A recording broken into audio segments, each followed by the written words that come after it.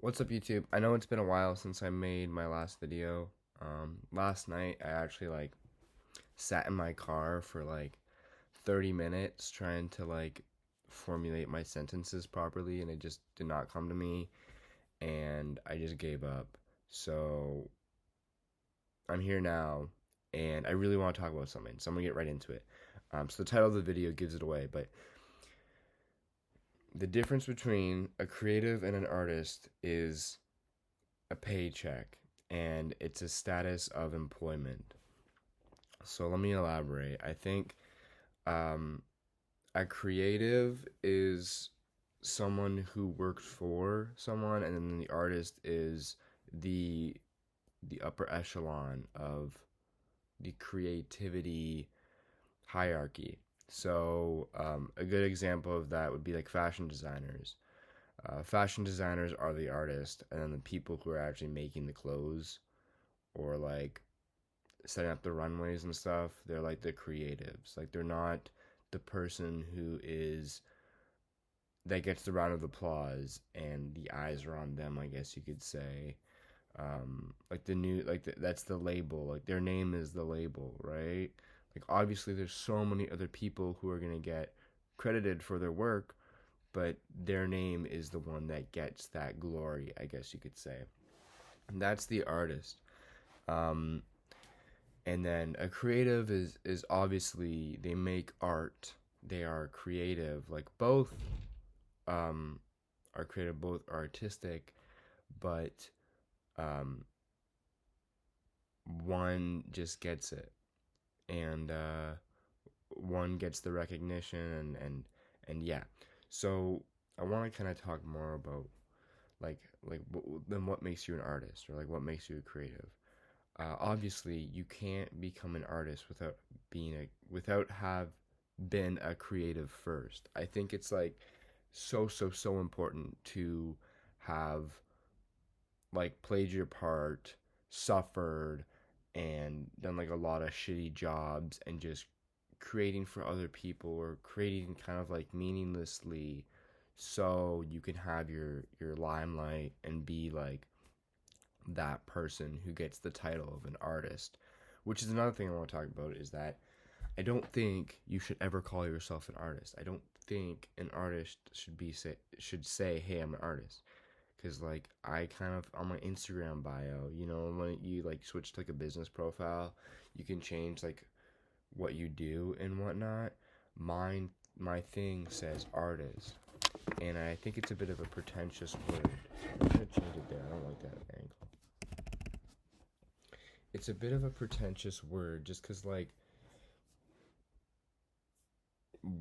aren't you a creative? What's the difference? I have 1,400 followers. Why do I get to be the fucking artist? And I'm not. And I don't think you should ever call yourself an artist, even when you've made it. I don't think it's a proper term to solidify who you are. I think you shouldn't say it. Other people could maybe say it about you, right? But you could just say, "Oh, I make art," or "I'm a creative individual." I think that's a better word. And maybe some of you are thinking, if you clicked on this video and you are an artist or a creative individual, you think that's stupid, then hate me. I'm sorry, but that's my moral code that I don't think I should push anymore. I used to say yeah, I'm an artist, but it's fucking retarded, bro. I'm not a fucking artist, you know? So, um, there's one more thing. Oh, yeah. And if you do call yourself an artist, just correct yourself after, I think is a big thing. You're not, that sounds stupid, and you don't want to lower your self-esteem, but or not your self-esteem, but your your respect for yourself. When you're talking to other people and you're like, "Hey, I'm an artist," but I'm not. I'm kind of shitty, and I don't mean it like that, but just be um, I guess you can call me an artist, but I don't really like that word. You can kind of go into it and be a human. Don't be like, "Yeah, I'm an artist," and be fucking wafting your fucking wine and shit, and wearing fucking cardigans and having a goatee. You know what I mean? Fuck out of here. POV me. heading down that road. POV, me with oversized cardigans on my in my fucking wardrobe. Um, yes, so that is like what I think about the whole artist versus creative shit. Um, and I think that's the biggest thing is just the what will hold you back is what will hold you back from being an artist if you are creative and you aspire to be an artist. I think this is my opinion, is that you're working for other people, and you will I'm not sure because I'm in this situation right now.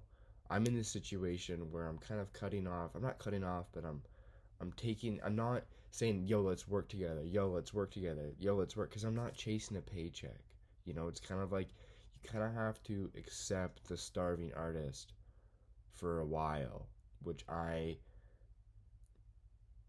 am embodying now, and I'm kind of nervous. Like, what is my life gonna look like if I'm broke as shit? But I don't really, you know, only time will tell.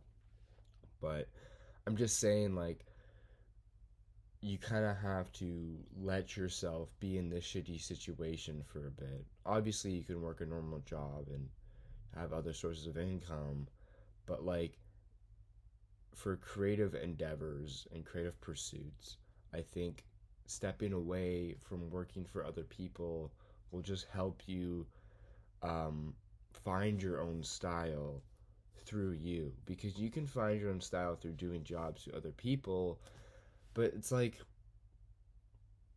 is that really your style though? Like, be real, because you're always being told what the vision is. You know, you're never doing your vision, your childish like vision, or your urges that you just want to bring to reality. You know what I mean? Like, so that's what I think. Um, and yeah, it takes time though. Like, I don't think I'm gonna be in the fucking spotlight for a while. I don't think, dude. To be honest, I don't even think it's fucking possible. But other people have did it, so that's what makes me think it's possible. You know, like, I'm not gonna sit and name like these fucking celebrities I'm trying to be like, because then I'd be like, that wouldn't be authentic, and that's a whole nother topic to talk about. It's like someone like Anthony Bourdain, which is one of my biggest inspirations.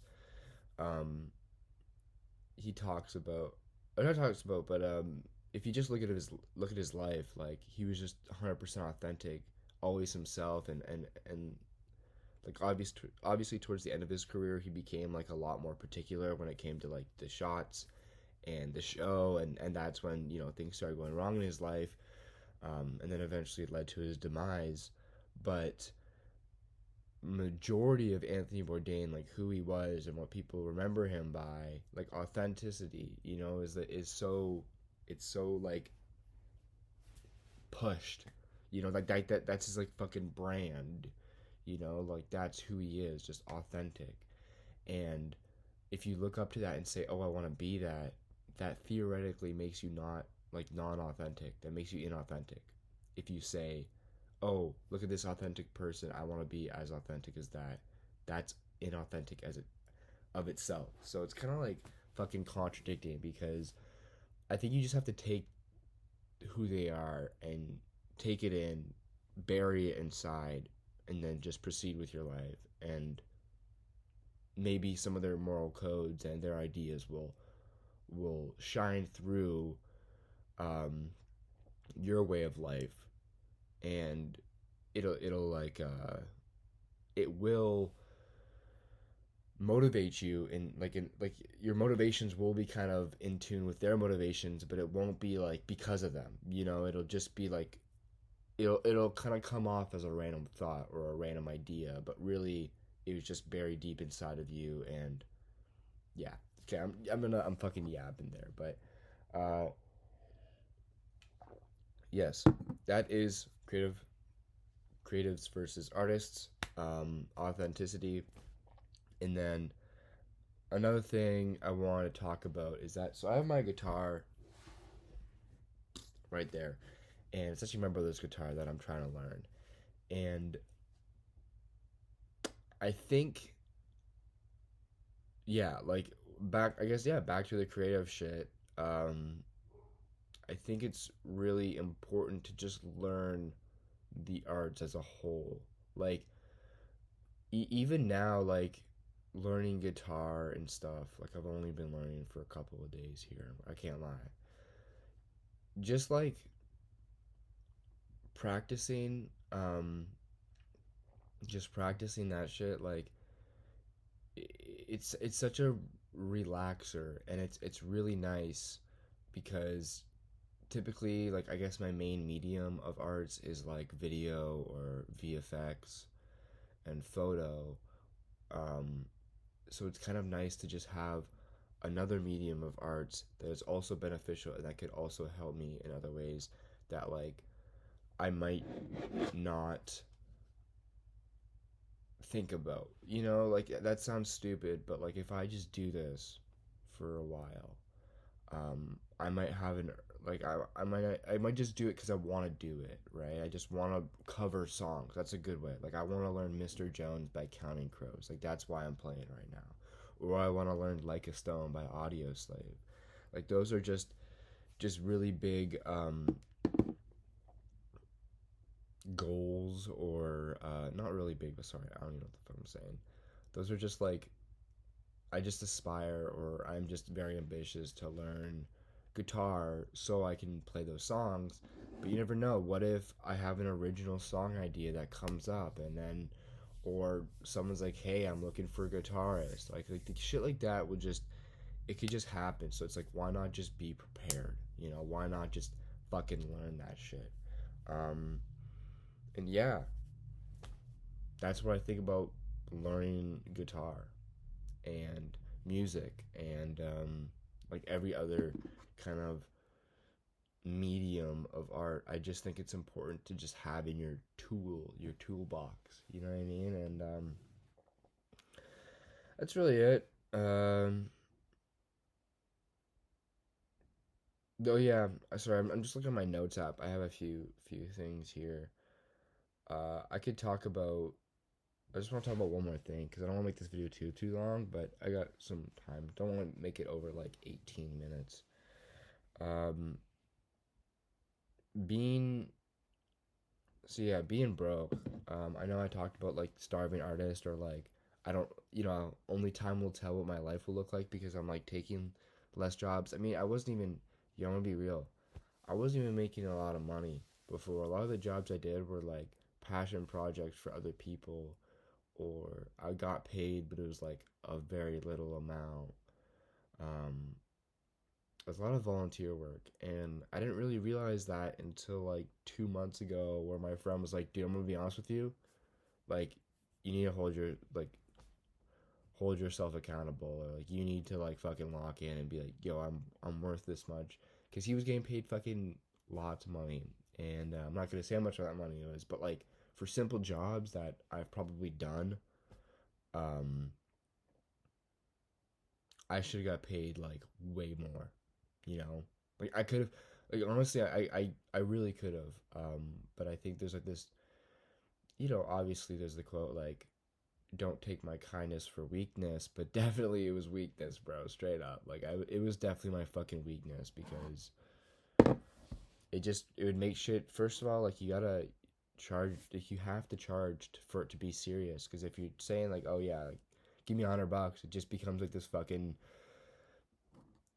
this this stupid project, and it doesn't feel worthwhile, right? Like, even if you want to do it somewhat, like, if you're like 70% on board, it'll still feel like a fucking pain in the ass because you're getting paid $100. Like, go pick up a 6 hour shift or an 8 hour shift, because minimum wage here in Canada is 17.20, which I just found out like 2 weeks ago.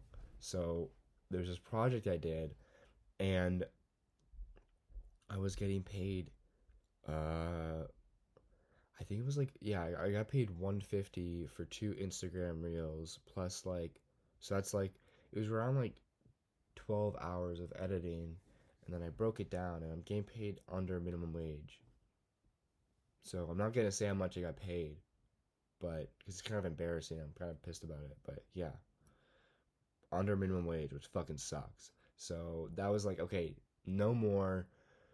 Obviously, if jobs come my way that I fully believe it, I'm gonna do them. And if I think it's fully beneficial, I will do them. But that's the thing, I have to be fully on board with it. And if I'm not, see you later. You know, maybe if it's a crazy paycheck, maybe I'll take it. Maybe I'll have to suffer. But I'm just really focused on doing my own craft because Brian Eno says that. Brian Eno was like, I think I was watching just like an Instagram reel or YouTube video, and he says, "Don't work a job." And I think you have to work to some extent. You do have to work, and that suffering can be used in art, and that suffering can be used um, beneficially because it's like, fuck, I really just want to be an artist. All I want to do is create art, but I'm stuck in this mundane routine of working and coming home and creating, and I don't have time to create, so then I just fucking lay in bed or I watch a show, and it's just like, fuck, I just want to create. And then one day you just create like the most amazing piece. Sorry. But basically, that suffering can be used. So I think working a job is good. Um, yeah, sorry, I'm getting sidetracked. There's two more things I want to talk about: being broke, and then I could go off that. I can go off, working a job. So I'm just gonna go off that, and then I'll go back to being broke, and then the video will be over. But basically, working a job though is actually really beneficial because art is relatable, and if you go through relatable suffering of like working a job, because guess what, like everything is subjective. So if you're working a job in retail and somebody's working a job in fucking finance or something, and they don't like their job and you don't like their job, even though they're completely different jobs, you guys can both relate on the fact that you don't like working your job. So if you fucking make a song or something, right? Like this is the easiest example of it. Let's say you make a job about like suffering at your sorry. Let's say you make a song about suffering at your job, right? That song goes out. Be- Even though you worked two different jobs, you worked fucking retail, right? And the person in finance worked finance. Um, if the person in finance finds your song and finds it really and listens to it, they might find it really relatable because there's that bond of yeah, I hate my job. So it doesn't really matter um, what job you're working as long as you fucking hate it. That's your suffering. And I think it's just like interesting to think about that, like every like you kind of want to be more relatable to um, normal humans. And I don't mean normal humans in an egotistical way. I just mean like non-creatives, you know your audience. You want to be more relatable to your audience, and if you want to be more relatable, you have to be more real. You have to be a human being. You have to go through normal experiences. um and yeah, that's your that's what you have to do. And I'm excited to be a normal human.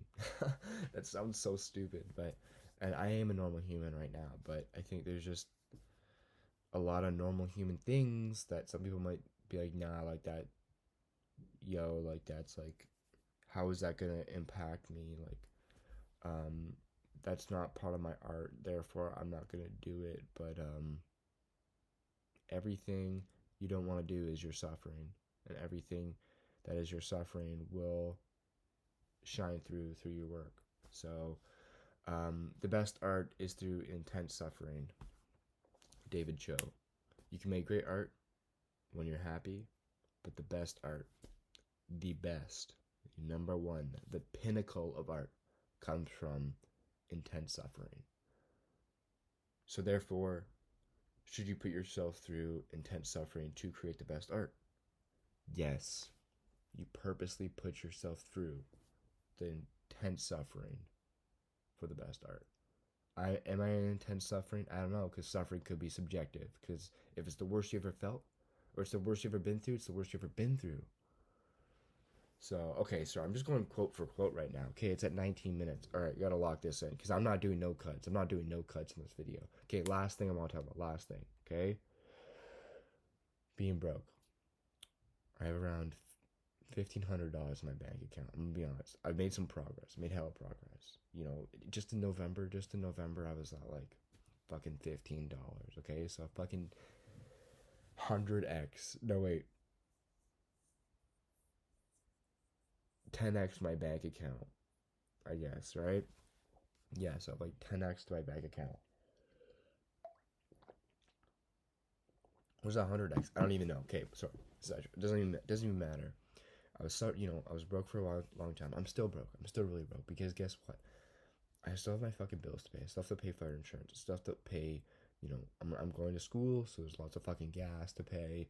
Um, there might be a few repairs on my car I have to make. So it's like I'm still fucking scared because that 1,500 can go away like that. Then I can be back to fucking zero. So I'm like, shit. I'm not gonna talk about my plan or anything. I'll come up with that own time because I don't want to waste you guys' time.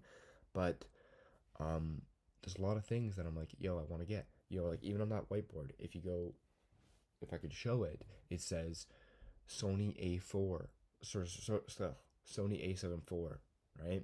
$2,500 with the lens, right? Or I want to get one of those making music pianos, so I could just sit at my desk and you know make beats all the time. Not beats, make music, make fucking feelings, ambience, or whatever you want to call it, right? That's probably like fucking 100, more than $100, definitely more than 200 probably. I don't even know. I know the DJ boards, the DDJ or something. I don't even know. By Pioneer DJ, the DDJ 400. That one's like 420 or 400, 450 around there. So it's like fuck. Even that is which is something I wanted to get, but I'm like, do I really need it? Probably not.